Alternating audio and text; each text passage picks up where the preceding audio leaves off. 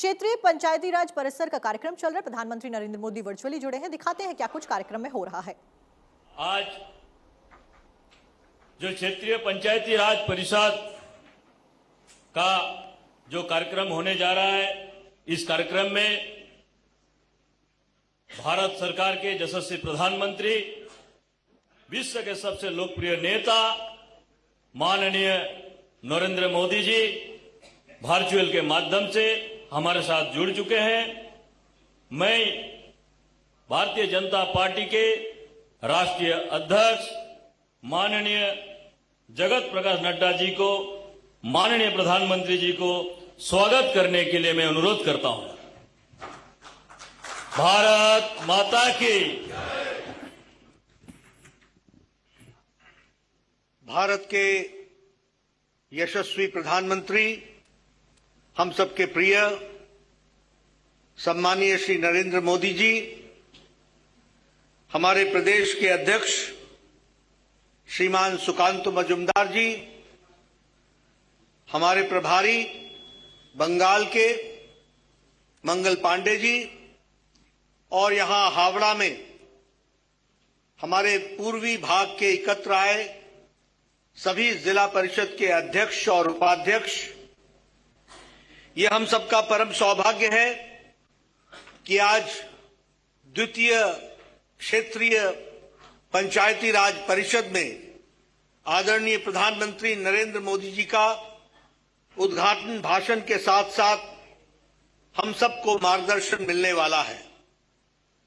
मैं अपनी ओर से और यहां तमाम जिला परिषद के अध्यक्ष और उपाध्यक्ष की तरफ से आदरणीय प्रधानमंत्री जी का इस सम्मेलन में, इस परिषद में हमें मार्गदर्शन देने के लिए आपका जो कीमती समय मिला है, उसके लिए अपनी ओर से और सभी परिषद के सदस्यों की तरफ से आपका हार्दिक अभिनंदन करते हैं, स्वागत करते हैं।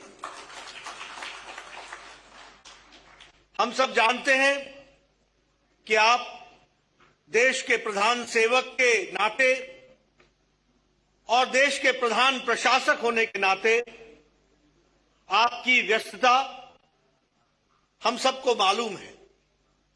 आप दिन रात देश की सेवा में लगे हैं, प्रशासन की बारीकियों में व्यस्त रहते हैं। अभी अभी G20 में आपका संबोधन हुआ, लेकिन इन सब के बावजूद भी आप जब भी हमने आपको संगठन के कार्य की दृष्टि से आपका मार्गदर्शन चाहा, आपने सहर्ष स्वीकार करते हुए बिना समय लगाए हमें आपने हमेशा मार्गदर्शन दिया है। इसके लिए भारतीय जनता पार्टी का एक एक कार्यकर्ता आपका धन्यवादी है, और आप जिस तरीके से पार्टी के लिए दिन रात हम सबका मार्गदर्शन करते हैं, वो हमारे लिए बहुत बड़ी ताकत है। आप ही ने हमें यह सुझाया था कि हम लोग विधायक और सांसदों के बारे में तो चिंता करते हैं, लेकिन जो पंचायत से जुड़े हैं, जो म्युनिसिपल कॉरपोरेशन से जुड़े हैं, जो म्युनिसिपैलिटी से जुड़े हैं, जो नगर पंचायत से जुड़े हैं, जो हमारे गांव में काम करने वाले पंचायत के सदस्य हैं, और जिसमें हमारे बड़ी तादाद में कार्यकर्ता उसमें तल्लीन हैं, उनका भी प्रशिक्षण होना चाहिए। और ये आपने हम लोगों को मार्गदर्शन दिया था। पार्टी ने उसको बखूबी जमीन पर उतारने का प्रयास किया। पिछले साल हम लोगों ने मेयर्स के साथ साथ हमारे चुने हुए जो नगर इकाई के जो हमारे सदस्य थे, उनकी प्रशिक्षण का काम हम लोगों ने लिया था।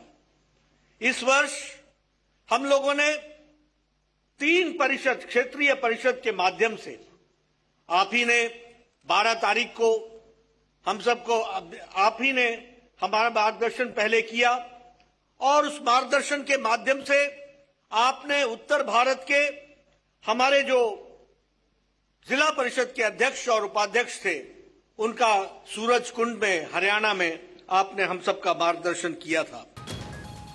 बिजली के लिए ये पूरे देश ने देखा है, लेकिन ये बहुत ही दुखद है कि इन लोगों ने मणिपुर के लोगों के साथ इतना बड़ा विश्वासघात किया।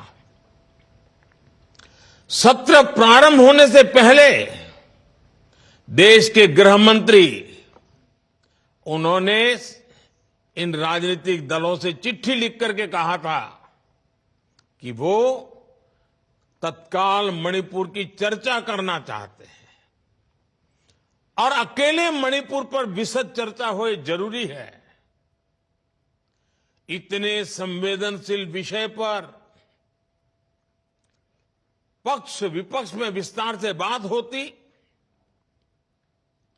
तो जरूर मणिपुर के लोगों को भी मरहम लगता और समस्या के समाधान के लिए नए नए कुछ रास्ते भी निकल आते।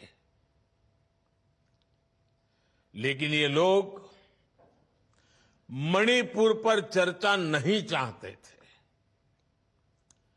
क्योंकि उनको मालूम था कि मणिपुर का सच सबसे ज्यादा उनको चुभने वाला है।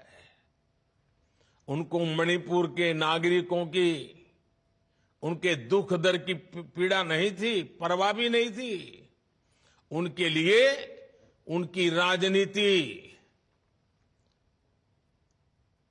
देश से बड़ा दल, वो नहीं चाहते थे मणिपुर। और इसलिए क्या किया, मणिपुर की चर्चा तो टाल दी, अविश्वास प्रस्ताव ला करके राजनीतिक बहस को ही उन्होंने प्राथमिकता दी।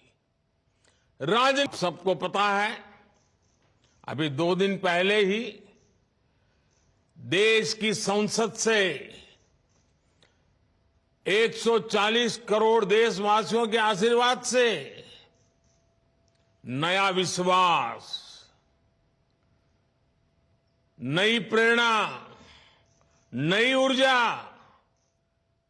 देश पूरा संसद के साथ जुड़ा हुआ था। आपने देखा है कि हमने संसद में विपक्ष के अविश्वास को भी हराया और देश भर में नेगेटिविटी फैलाने का जो एक सिलसिला चला है उसका भी करारा जवाब दिया। और हालत ये थी कि विपक्ष के लोग चर्चा में, लोकतंत्र का दायित्व होता है जब आप बोलते हैं तो दूसरे को सुनना चाहिए, लेकिन बीच में से ही भाग गए, सदन छोड़ करके चले गए, बहानेबाजी कुछ भी करी हो। लेकिन सच्चाई ये थी कि वो अविश्वास प्रस्ताव पर वोटिंग से डर गए थे। दलों से चिट्ठी लिख करके कहा था कि वो तत्काल मणिपुर की चर्चा करना चाहते हैं और अकेले मणिपुर पर विशद चर्चा होए जरूरी है। इतने संवेदनशील विषय पर पक्ष विपक्ष में विस्तार से बात होती तो जरूर मणिपुर के लोगों को भी मरहम लगता और समस्या के समाधान के लिए नए नए कुछ रास्ते भी निकल आते। लेकिन ये लोग मणिपुर पर चर्चा नहीं चाहते थे क्योंकि उनको मालूम था कि मणिपुर का सच सबसे ज्यादा उनको चुभने वाला है। उनको मणिपुर के नागरिकों की उनके दुख दर्द की पीड़ा नहीं थी, परवाह भी नहीं थी। उनके लिए उनकी राजनीति, देश से बड़ा दल, वो नहीं चाहते थे मणिपुर। और इसलिए क्या किया, मणिपुर की चर्चा तो टाल दी, अविश्वास प्रस्ताव ला करके राजनीतिक बहस को ही उन्होंने प्राथमिकता दी। राजनीतिक मुद्दों को लेकर के ही सदन का 3 दिन में विपक्ष में बैठे हुए साथी अपना स्कोर करने की कोशिश कर रहे थे और उन्होंने इतने सारे विषय उठाए, इतने सारे उठाए और तरह तरह के अनर्गल आरोप लगाए, सिर पैर बीने की बातें की। क्यों? क्योंकि मणिपुर का विषय किनारे हो जाए। साथियों, ये सदन में भले ही व्यवधान डाल लें, लेकिन हम सभी भारतीय जनता पार्टी के कार्यकर्ताओं ने, हम सभी भारतीय जनता पार्टी के जनप्रतिनिधियों ने जनता के बीच जाकर के सच्चाई और उसको बहुत बारीकी से, सच्चाई के हर पहलू से तैयार होकर के लोगों के पास जाना ही जाना है। साथियों, आप सभी भारत के लोकतंत्र की एक बड़ी मजबूत इकाई, एक मजबूत कड़ी, उसका नेतृत्व कर रहे हैं। जिला परिषद का अध्यक्ष राज्य के कैबिनेट मिनिस्टर से भी ज्यादा ताकत रखता है, राज्य के कैबिनेट मिनिस्टर से भी ज्यादा काम कर सकता है। भाजपा के कार्यकर्ता के तौर पर भी आप अपने जिले में, राज्य में पार्टी की नींव मजबूत करने में भी अपने काम के जरिए, अपने व्यवहार के जरिए, पद पर रहते हुए भी घमंड के बिना काम करते हुए आज आप लोगों का दिल जीत रहे हैं और इसके लिए बार बार लोग भाजपा पर विश्वास जता रहा है। साथियों, इसके लिए हमारे दाएं बाएं जो हमारे कार्यकर्ता खड़े हैं, हमारे आगे पीछे हमारा जो नेतृत्व खड़ा है, उन सभी कार्यकर्ताओं का पसीना भी निरंतर बहा है। इतना ही नहीं, जरूरत पड़ने पर भारतीय जनता पार्टी के कार्यकर्ताओं ने ये भारत मां की इस पवित्र धरती को अपने खून से सींचा है, कई बार संघर्ष किए हैं और मैं पश्चिम बंगाल के मेरे साथियों को विशेष तौर पर आज के परिदृश्य में जिस प्रकार से पश्चिम बंगाल के कार्यकर्ता मां भारती के लिए, पश्चिम बंगाल के उज्जवल भविष्य के लिए, पश्चिम बंगाल के गरीब भाई बहनों के लिए जिस प्रकार से संघर्ष कर रहे हैं, एक प्रकार से साधना कर रहे हैं, अपने आप को तिल तिल जला करके ये हमारे कार्यकर्ता पश्चिम बंगाल का उस पुराने वैभव को वापस लाने के लिए काम कर रहे हैं। अभी अभी वहां पंचायत के चुनाव हुए। इस चुनावों में टीएमसी ने कैसा खूनी खेल खेला, ये भी देश ने देखा है। पहले चुनाव में इनका तरीका क्या है? पहले तो चुनाव की तैयारी के लिए समय मत दो, बहुत ही जल्दी जल्दी फॉर्म भरने की तारीख घोषित कर दो, फिर कोई भी विरोधी दल का, कोई भी बीजेपी का व्यक्ति पर्चा ही न भर सके, इसके लिए जो कुछ भी कर सकते हैं करो। और अगर मानो उसने चातुर्यपूर्वक फॉर्म भरने के लिए जगह पर पहुंच भी गया तो फिर चुनाव लड़ने में अड़ंगे डालना, उनको घर घर जाने नहीं देना, प्रचार करने नहीं देना, धमकियां देना और सिर्फ भाजपा के कार्यकर्ताओं को धमकाना ऐसा नहीं, वोटरों को भी भयभीत कर देना और बीजेपी की जो समर्थक रिश्तेदार हैं उनको भी जीना मुश्किल कर देना, घर से निकलने नहीं देना। और जब वोटिंग होती है तो उस वोटिंग में थप्पेबाजी करना, ये टोलाबाजों की फौज थप्पेबाजी की फौज बन जाती है। सारे गुंडों को कॉन्ट्रैक्ट दिया जाता है, कितने पोलिंग बूथ को कौन कैप्चर करेगा, मतपेटियां उठा करके भागना, और फिर जब काउंटिंग होता है तो एक एक वोट पर अड़ंगे डालना, भय का वातावरण बनाना, काउंटिंग में से बीजेपी के कार्यकर्ताओं को उठा करके बाहर ले जाना, बैठने नहीं देना। इतने जुल्म के बाद भी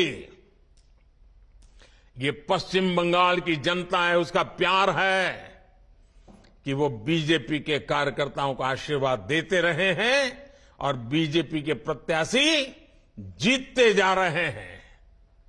और जब जीत जाते हैं तो उनको जुलूस नहीं निकाल देना, कोई जुलूस निकालने की कोशिश करे तो हमले बोल देना, जानलेवा हमले करना। पश्चिम बंगाल में टीएमसी की राजनीति का यही तरीका है। वहां हमारी बहनों को, हमारे आदिवासी भाई बहनों को कैसे प्रताड़ित किया जाता है, ये हम भली भांति जानते हैं। इन हालातों में भी भाजपा के जो प्रतिनिधि जीत करके आए हैं, मैं उन्हें और आप सभी को बहुत बहुत बधाई देता हूं। जो लोग लोकतंत्र के चैंपियन बनते हैं, आए दिन ईवीएम से छुटकारा पाने के लिए मनगढ़ंत कथाएं चलाते हैं, ईवीएम पर सवाल उठाते हैं, आपने उनका नकाब देश के सामने उतार दिया है। साथियों, आज की ये बैठक इसलिए भी महत्वपूर्ण है क्योंकि आप सब देश के पूर्वी हिस्से का प्रतिनिधित्व करते हैं। और मैं नड्डा जी को और भाजपा के सभी वरिष्ठ नेताओं को बहुत बहुत बधाई देता हूं कि उन्होंने ये अभ्यास वर्ग का सिलसिला, जो भारतीय जनता पार्टी के चरित्र की सबसे बड़ी ताकत है, पद प्राप्त करने के बाद भी वो सिलसिला चलता रहता है। अभी बता रहे थे कि सभी पंचायत सदस्यों के अभ्यास वर्ग 35 जगह पे चल रहा है, जिला परिषद के अध्यक्षों का अभ्यास वर्ग चल रहा है। और अभ्यास वर्ग में हम गेट टुगेदर के लिए नहीं आते हैं, कुछ न कुछ नया सीखने के लिए आते हैं, एक दूसरे की बेस्ट प्रैक्टिस को समझने के लिए आते हैं। किसी जिले में हमारे साथी ने कोई अच्छा काम किया है तो उसमें से सीख करके अपने जिले में लागू करने के लिए आते हैं। हम निरंतर नया सीखना, नई पद्धतियों को जोड़ना, नई आवश्यक दिशाओं की ओर जाना, इसलिए अभ्यास वर्ग एक बहुत बड़ी ताकत होती है, बहुत उपयोगी होता है। और मुझे विश्वास है कि जो बातें आपको बताई जाएगी उसके उपरांत जब आप अपने साथियों से गप्पे मारोगे, भोजन के समय, चाय के समय, उनके अनुभव सुनोगे, तब आपको बहुत कुछ नई नई चीजें जानने में मिलेगी कि काम करने का कौन सा तरीका ज्यादा उपयोगी होगा। साथियों, पूर्वी भारत एक ऐसा क्षेत्र है जहां हमेशा से भाजपा की प्राथमिकता रही है। भाजपा के लिए सबसे प्राथमिक क्षेत्र है। इस क्षेत्र की जनता ने भाजपा पर हमेशा अपना भरोसा भी जताया है। इसलिए इस क्षेत्र की आकांक्षाओं को पूरा करने की हम सबकी विशेष जिम्मेदारी है और वो जिम्मेदारी दिनों दिन बढ़ती चली जा रही है और जैसे जैसे जिम्मेवारी बढ़ती है हमें भी अपनी क्षमता बढ़ानी है। साथियों, मैं हमेशा कहता हूं, आजादी के बाद पूर्वी भारत की जो उपेक्षा हुई है उसने देश की प्रगति को सबसे ज्यादा चोट पहुंचाई है। हम इस खाई को पाटने के लिए तेजी से काम कर रहे हैं। बीते 5 वर्षों में अगर 13.5 करोड़ लोग गरीबी से बाहर आए हैं तो इसमें एक बहुत बड़ा हिस्सा पूर्वी भारत का है और नड्डा जी ने अभी बड़ा विस्तार से इसका वर्णन भी किया। मैं चाहूंगा कि आप इन आंकड़ों से खुद भी परिचित हो और अपने क्षेत्र में लोगों को भी इस बदलाव के बारे में बताएं। इससे उनका विश्वास और बढ़ेगा, देश को आगे ले जाने में वो एक ताकत बन जाएंगे। साथियों, हमारे देश में पिछले 50 साल से हम एक नारा सुनते आए हैं, चारों तरफ वही बोला जाता है और चुनाव के समय तो जरा चिल्ला चिल्ला करके बोला जाता है, चीख चीख करके बोलाया जाता है। क्या नारा है? गरीबी हटाओ।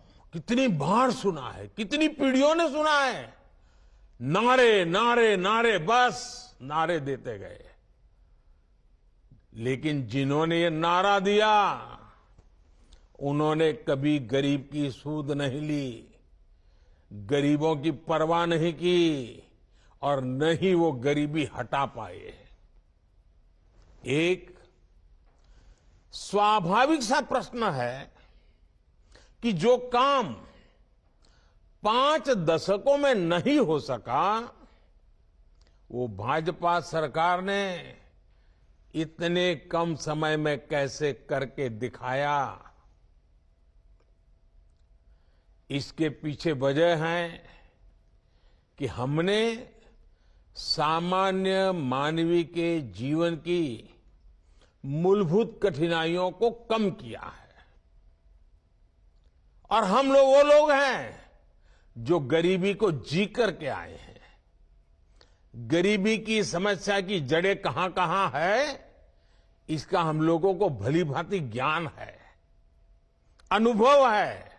इसलिए हम उन जड़ों से गरीबी को काट करके गरीबों को गरीबी से मुक्त करने का सफल अभियान चला पा रहे हैं। आप देखिए, सरकार ने देश में उन 18,000 गांव में बिजली पहुंचाई है जहां अब तक बिजली नहीं पहुंची थी। इनमें से लगभग 13,000 गांव पूर्वी भारत के ही तो थे। और ये आज लोग जो मणिपुर कर करके राजनीति करने में लगे हैं ना, उनको कभी ये विचार नहीं आया कि ये नॉर्थ ईस्ट और पूर्वी भारत में 13,000 गांव अंधेरे में डूबे पड़े थे। हमने 15 अगस्त 2019 को जल जीवन मिशन की शुरुआत की थी। तब देश के 20% से भी कम ग्रामीण परिवारों तक नल से जल की सुविधा थी।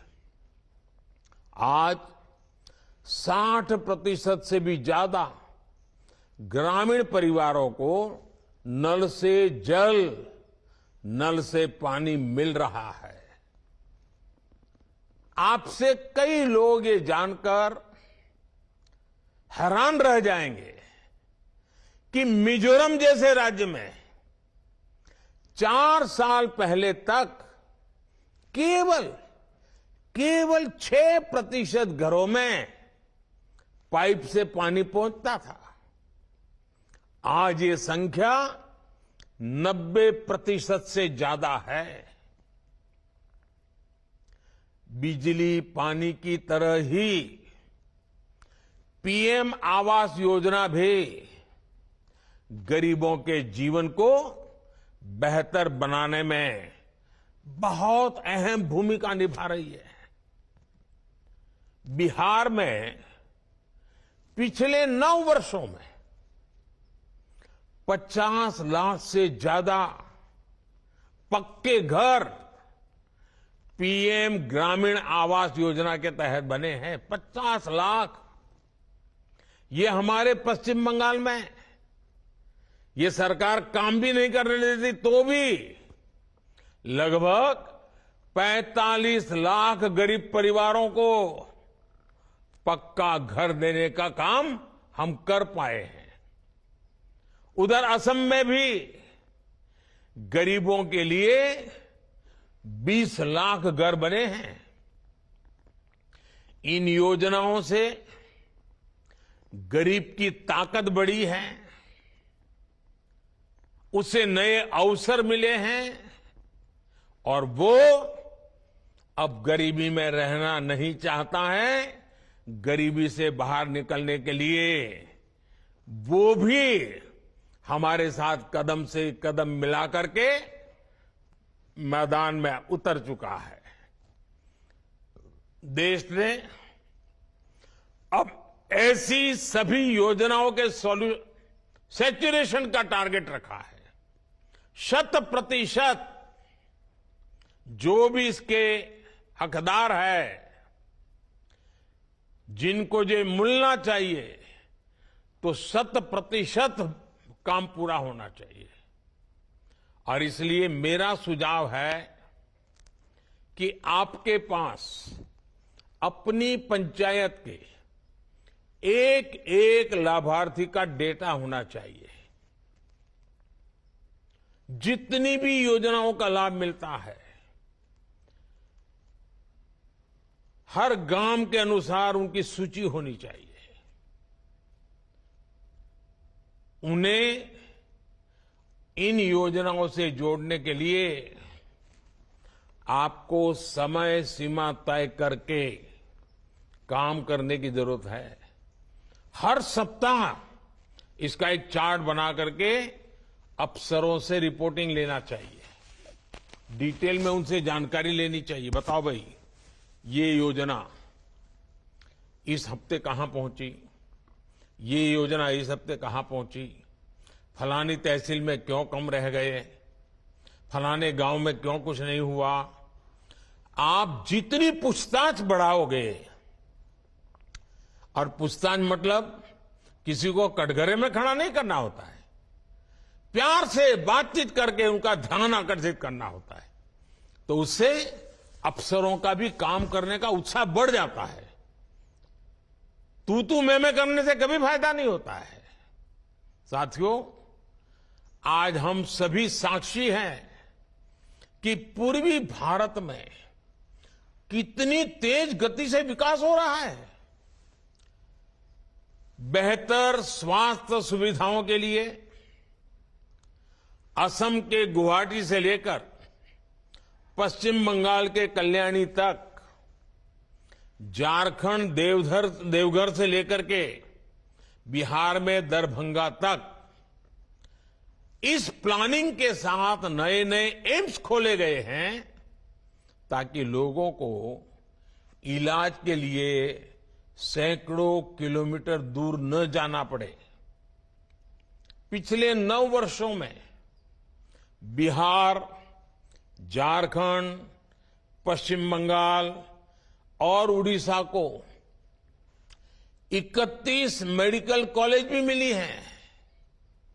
नॉर्थ ईस्ट से भी मेडिकल कॉलेज की संख्या बढ़कर 2 गुनी हो गई है। इसी तरह शिक्षा के क्षेत्र में भी पश्चिम बंगाल के कल्याणी में, बिहार के भागलपुर में और झारखंड के रांची में ट्रिपल आईटी खोला गया है। त्रिपुरा के अगरतला और मणिपुर के सेनापति में भी ट्रिपल आईटी खुला है। उड़ीसा और बिहार को आईआईएम, संबलपुर और आईआईएम बोधगया जैसे संस्थान मिले हैं। झारखंड के धनबाद में आईआईटी की भी स्थापना हुई है। इन संस्थानों से प्रतिभाशाली युवा निकलने वाले हैं, जो देश के भाग्य को बदलने में बहुत बड़ी जिम्मेवारी निभाने वाले हैं। उन्हें रोजगार और आसानी से मिलने वाले हैं और इसमें पूर्वी भारत का औद्योगिक विकास भी बड़ी भूमिका निभाएगा। बरौनी, सिंदरी, गोरखपुर और तलचर में फर्टिलाइजर कारखाने खुलने से न सिर्फ पूर्वी भारत के किसानों को फायदा हुआ है, बल्कि बड़ी संख्या में रोजगार का भी निर्माण हुआ है।